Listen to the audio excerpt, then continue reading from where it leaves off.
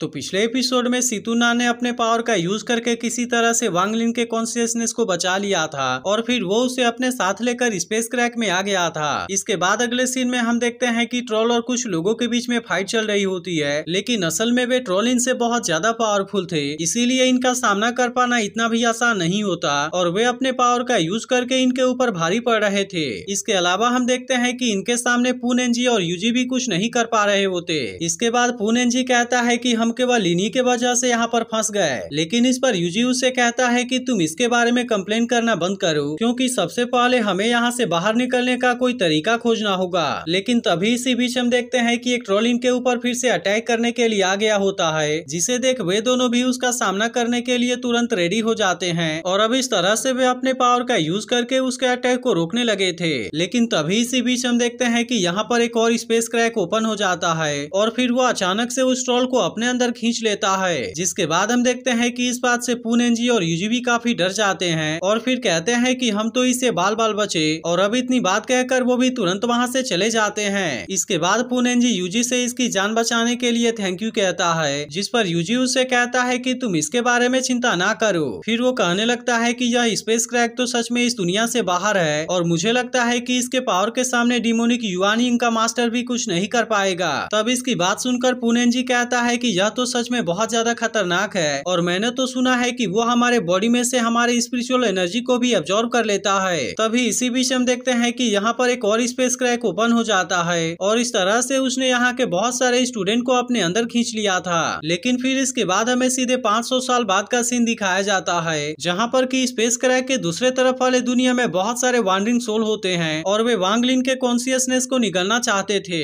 लेकिन तभी अचानक से हम देखते हैं कि वांग लिन भी यहाँ के एनर्जी को अपने सोल के अंदर एब्जॉर्ब करना शुरू कर देता है, जिसके वजह से वे वांडरिंग सोल भी अब इसके सामने कुछ नहीं कर पाते और फिर वे अपनी जान बचाने के लिए तुरंत यहाँ से भागने लगते हैं। लेकिन इसके बाद भी हम देखते हैं कि वे वांडरिंग सोल अब यहाँ पर कुछ भी नहीं कर पा रहे होते और इस तरह से वांग लिन यहाँ के बहुत सारे वांडरिंग सोल को अपने अंदर एब्जॉर्ब कर लेता है। अब इसके वजह से हम देखते हैं कि इसकी पावर भी धीरे धीरे रिकवर हो जाती है और फिर इस तरह से इसका कटा हुआ हाथ भी रिजनरेट हो गया था। लेकिन फिर इसके बाद हमें 700 साल बाद का सीन दिखाया जाता है, जहाँ पर हम देखते हैं कि वांग लिन बहुत सारे वांडरिंग सोल का पीछा कर रहा था और इस तरह से इनको मारकर वो इनके एनर्जी को अपने सोल के अंदर एब्जॉर्ब कर रहा होता है। अब इसके वजह से वे सभी सोल अपनी जान बचाने के लिए यहाँ से भागने लगते हैं, लेकिन आखिरकार वे वांग लिन के स्पीड के सामने कुछ भी नहीं कर पाते। जिसके बाद हम देखते हैं कि वांग लिन इनको सभी जगह पर सामने से घेर लेता है और इस तरह से इनको मारकर वो फिर से इनके एनर्जी को अपने सोल के अंदर एब्जॉर्ब करने लगता है। अब इसके वजह से वांग लिन को लगता है कि उसकी बहुत सारी पावर रिकवर हो गई है, इसीलिए वो सीधे अब स्पेस क्रैक के पास में आ जाता है, क्योंकि उसे लग रहा था कि इसे तोड़कर वो यहाँ से बहुत ही आसानी से बाहर चला जाएगा। इसके बाद हम देखते हैं कि वो स्पेस क्रैक को ओपन करने के लिए इसके ऊपर अटैक करता है, लेकिन असल में काफी कोशिश करने के बाद भी वो इसके सामने कुछ नहीं कर पाता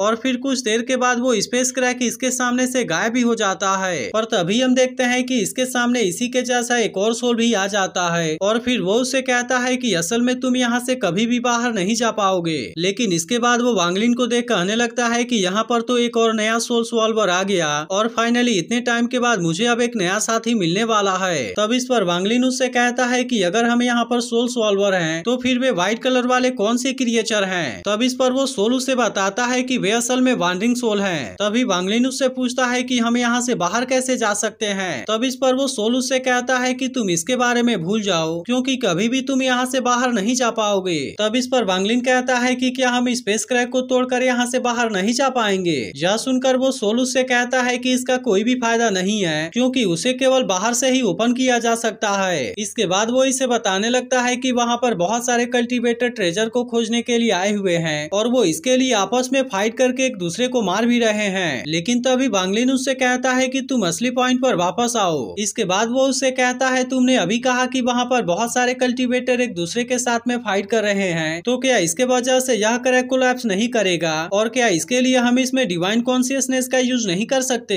लेकिन अब इस पर वो सोल भी इसके बारे में कुछ नहीं बोल पाता। इसके बाद अगले सीन में हम सुहाव को देखते हैं, जो कि लिंग्यू सेक्ट का डिसाइपल होता है और तभी उसे मैसेज मिलता है कि जल्दी से तुम नॉर्थ वेस्ट के कॉर्नर में आओ, क्योंकि वहाँ पर कोई ट्रेजर प्रकट हुआ है। तब इसके बारे में सुनकर सुहाव भी तुरंत इसके लिए निकल जाता है। वहीं दूसरी तरफ हम देखते हैं कि वांग लिन स्पेस क्रैक के सामने बैठा होता है और इसका यूज करके वो अपने डिवाइन कॉन्शियसनेस को यहाँ से बाहर भेज रहा होता है। तब इस पर वो सोल उससे कहता है कि असल में तुम्हें ऐसा लगातार नहीं करना चाहिए, क्योंकि अगर तुम ऐसा ही करते रहोगे तो इसके वजह से मारे जाओगे। फिर वो आगे उससे कहता है कि तुम्हें तो ऐसा करते हुए 300 साल हो गए, जो कि बाहर की दुनिया के 3 साल के बराबर हैं। फिर वो उससे कहता है मुझे पता है कि तुम यहाँ से बाहर जाना चाहते हो, लेकिन असल में तुम इस तरीके से कामयाब नहीं हो पाओगे। मेरा मतलब है कि तुम अपने बॉडी को वापस से नहीं पा सकोगे, क्योंकि वैसे भी तुम्हारी बॉडी और कॉन्शियसनेस एक ही स्पेस में नहीं है। लेकिन इसके बाद भी हम देखते हैं कि वांग लिन इसके बातों के ऊपर ध्यान नहीं देता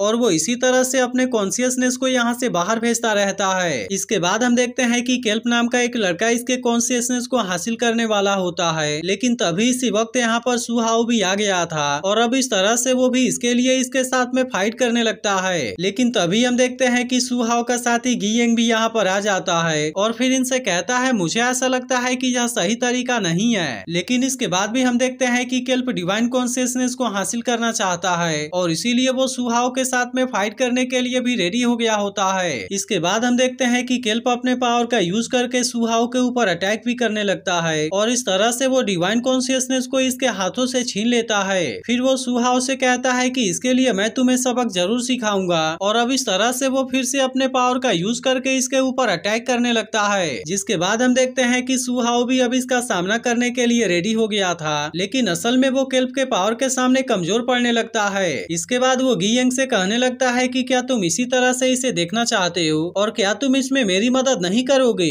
जिसके बाद हम देखते हैं कि गियेंग अचानक से केल्प के ऊपर अटैक कर देता है और इस तरह से वो इसे मारकर नीचे गिरा देता है। इसके अलावा हम देखते हैं कि वो इसके पास वाले ट्रेजर बैग को भी ले लेता है और इसके अंदर डिवाइन कॉन्शियसनेस को देख उसे काफी अजीब लगता है। फिर वो सु हाओ से कहता है कि आखिरकार यहाँ पर क्या हो रहा है और अचानक से यहाँ पर इतने सारे डिवाइन कॉन्शियसनेस कहाँ से आने लगे। तब इस पर सु हाओ कहता है कि अगर यहाँ पर इतने सारे ट्रेजर हैं तो इसमें गलत क्या है, और मुझे तो लगता है कि इसके बारे में चेक करने के लिए कुछ लोग यहाँ पर आए भी होंगे। लेकिन इसके बाद भी यहाँ पर इनको ऐसा कोई भी मूवमेंट नजर नहीं आता और फिर इसीलिए वो चेक करने के लिए किसी दूसरे जगह पर चले जाते हैं। लेकिन तभी हम देखते हैं कि यहाँ पर फिर से एक और डिवाइन कॉन्शियसनेस अपीयर हो जाती है। वहीं दूसरी तरफ एक एल्डर ट्रोल से बताता है कि एक्स्ट्रा टेरेस्टेरियल बैटलफील्ड काफी समय से अनस्टेबल है, जिसके बारे में सुनकर ट्रोल भी कहता है कि यह तो काफी अजीब है, क्योंकि मैं जब इसे चेक करने के लिए गया था तो यह पूरी तरह से सही था। इसी के साथ वो कहता है कि अभी तो केवल 10 ही साल हुए हैं, लेकिन आखिरकार अचानक से ये अनस्टेबल कैसे हो गया। तभी इस पर दूसरी एल्डर कहती है कि इसे केवल फाउंडेशन स्टेज के कल्टीवेटर के द्वारा ही क्लियर किया जा सकता है, इसीलिए मुझे ऐसा लगता है कि अगर तुम वहाँ पर जा रहे हो तब शायद इस तरह से तुम किसी चीज को डिस्ट्रॉय कर रहे हो। लेकिन इस पर वो ट्रोल गुस्सा होते हुए कहता है कि आखिरकार तुम किसके बारे में बात कर रही हो। इसके बाद पहला वाला एल्डर कहता है कि जो भी कल्टीवेटर वहाँ पर क्लियर करने के लिए गए हुए हैं वे असल में अब पूरी तरह से क्रेजी हो गए हैं, क्योंकि हर दिन वहाँ पर डिवाइन कॉन्शियसनेस प्रकट हो रही है। तब इसके बारे में सुनकर वो ट्रोल कहता है कि वहाँ पर कोई ऐसी चीज है जिसके बारे में हम नहीं जानते। जिसके बाद एल्डर कहता है कि वैसे भी तो अब यह अनस्टेबल हो गया है, जिसके वजह से इसके अंदर वाले लोग बाहर नहीं आ रहे और न ही बाहर के लोग इसके अंदर जा पा रहे हैं। तभी एक और एल्डर कहती है कि हमें इसे फिक्स करने के लिए किसी लेवल 6 वाले कल्टीवेटर से बात करनी चाहिए। लेकिन इसके बाद भी हम देखते हैं कि वो ट्रोल इसके लिए रेडी नहीं होता।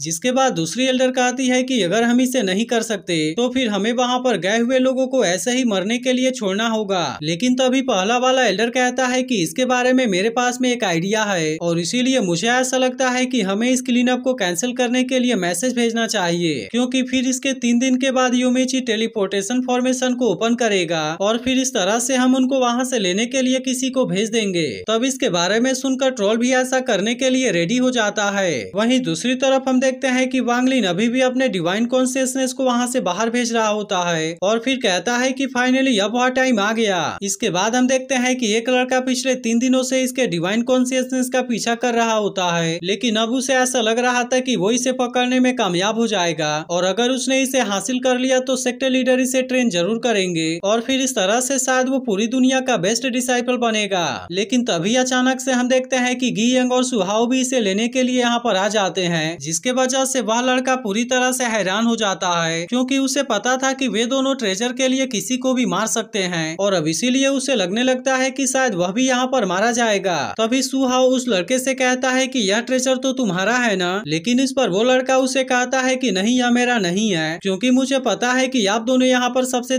ताकतवर हैं और इसीलिए इस ट्रेजर के बारे में मेरा कोई भी विचार नहीं है। लेकिन इसके बाद भी हम देखते हैं कि वे इसे इतने आसानी से यहाँ से नहीं जाने देना चाहते थे और इसीलिए वे इसके पास वाले बाकी ट्रेजर को भी ले लेते हैं। तब इस पर वो लड़का इनसे कहता है कि मैंने इतने सालों से जो कुछ भी हासिल किया था मैंने उसे दे दिया, क्योंकि असल में मैं तो यहाँ पर किसी भी तरह से जिंदा रहना चाहता हूँ। और फिर इसके बाद इनसे कहता है कि मैं 3 दिनों के बाद अपने फायर कंट्री में वापस चला जाऊंगा। तब इसकी ऐसी बात सुनकर सुहाउ से कहता है कि तुम तो सच में बहुत ही सेंसिबल हो और इसीलिए आज मैं तुम्हें यहाँ से जाने देता हूँ। लेकिन तभी हम देखते हैं कि वो लड़का जैसे ही यहाँ से जाने वाला होता है तभी अचानक से गियंग अपने फ्लाइंग स्वॉर्ड का यूज करके इसके ऊपर अटैक कर देता है और फिर उससे कहता है लेकिन मैंने तो नहीं कहा था ना कि मैं तुम्हें यहाँ से जाने दूंगा। अब इस तरह से हम देखते हैं कि वे दोनों इसे बुरी तरह से जख्मी करके यहाँ से चले जाते हैं और उस लड़के को लगने लगता है कि अब वो इसी तरह से यहाँ पर मारा जाएगा। लेकिन तभी अचानक से हम देखते हैं कि उसके सामने बहुत सारे स्पेस क्रैक ओपन होने लगते हैं और फिर इसमें से वांग लिन उससे कहता है कि तुम अपनी बॉडी मुझे दे दो, क्योंकि उसके बाद तुम्हें जो भी चाहिए मैं तुम्हें दे दूंगा।